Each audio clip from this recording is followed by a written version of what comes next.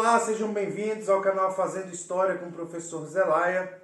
E hoje vamos falar aí sobre a formação do feudalismo e o declínio do Império Romano. Como de costume, gostaria de pedir que vocês curtissem o canal, se inscrevessem aí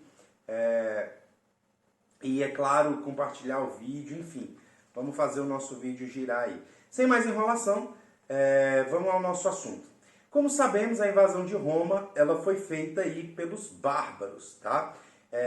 E um desses principais povos bárbaros que foram responsáveis pelo declínio de Roma foram os germânicos, tá? Os germânicos, na realidade, eram uma raiz cultural, né, desses povos que englobavam vários outros povos dentro dessa raiz, que eram, por exemplo, os francos, os lombardos, os visigodos, os ângulos, os saxões, entre outros grupos aí importantes, mas que a gente vai falar em outro momento.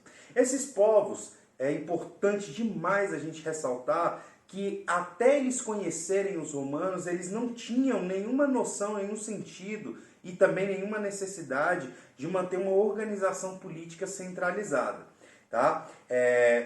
Eles, num primeiro momento, eles se organizavam em clãs, ou seja, um agrupamento de pessoas que se uniam ali por laços de parentesco, laços familiares, e assim eles iam se organizando e, enfim, e estabelecendo o seu modo de vida. A partir do século V, quando eles começaram a entrar em contato, né, com os romanos, até antes um pouco, final do século IV, eles começaram a conhecer esse modelo mais centralizado de governo, né? E acabaram ali unificando essas duas formas de governar futuramente, como a gente vai ver.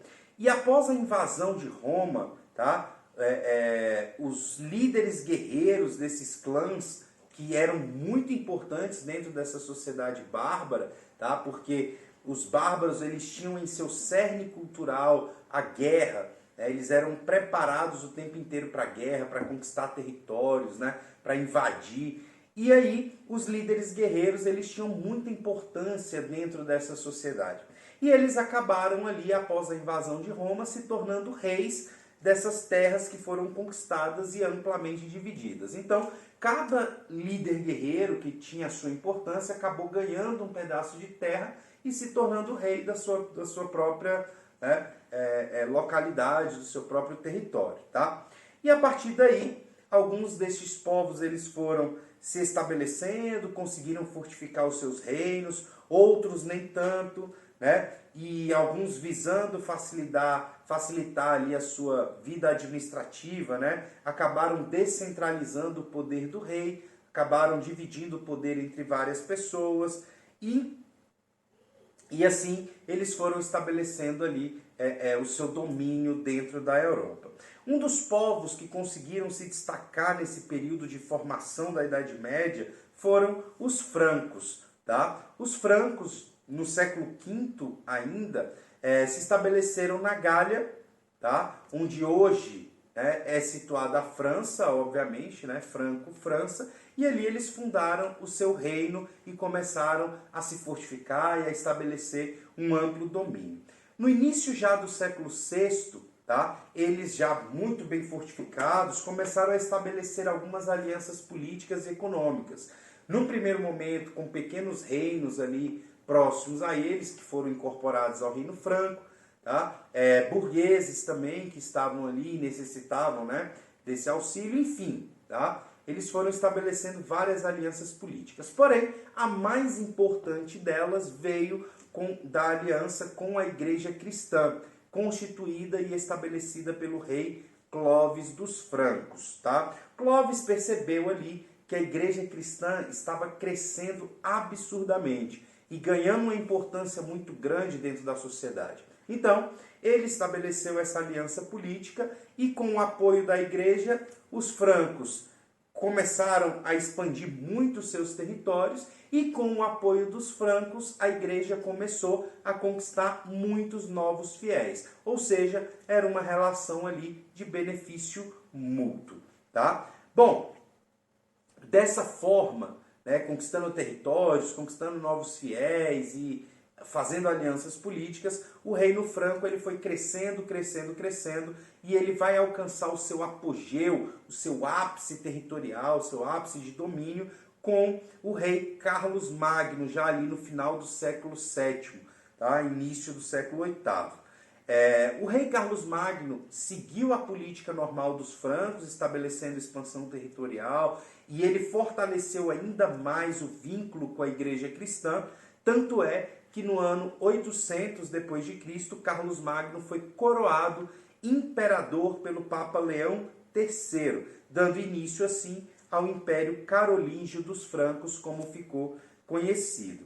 Bom, e aí algumas pessoas tentam comparar o Império Romano com o Império Carolíngio, mas é uma coisa que não existe nem base de comparação. Tá? Primeiro, pela expansão territorial, que nem se aproximou de chegar perto, né? Os romanos conquistaram muito mais território. Segundo, a própria organização política dos romanos, que era muito mais eficiente que a organização dos francos. Tanto é que o rei, né, Carlos Magno, um dos atos mais importantes do imperador, na verdade agora, visando facilitar a administração do império, foi firmar o que ficou conhecido como relações de vassalagem. O que era isso?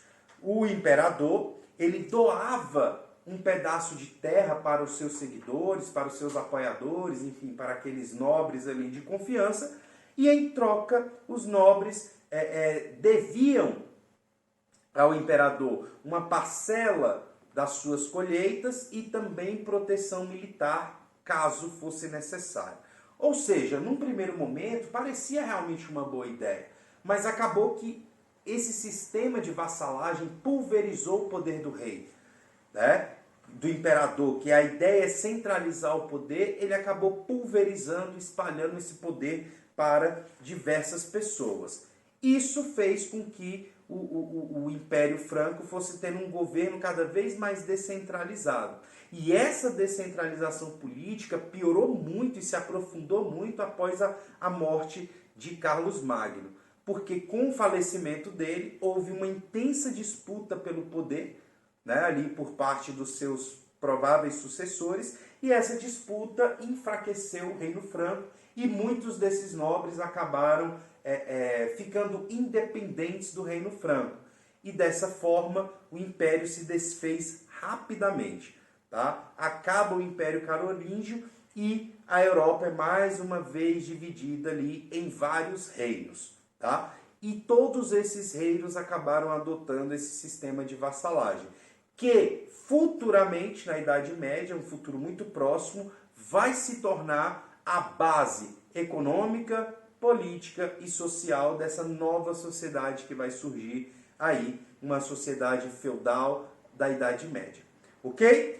E aí a gente vai ver os detalhes disso no nosso próximo vídeo. Tudo bem, galera? Por hoje a gente vai ficar por aqui. Espero que vocês tenham gostado do vídeo. Tenham um bom dia, uma boa tarde, uma boa noite. A gente se vê. Tchau, tchau!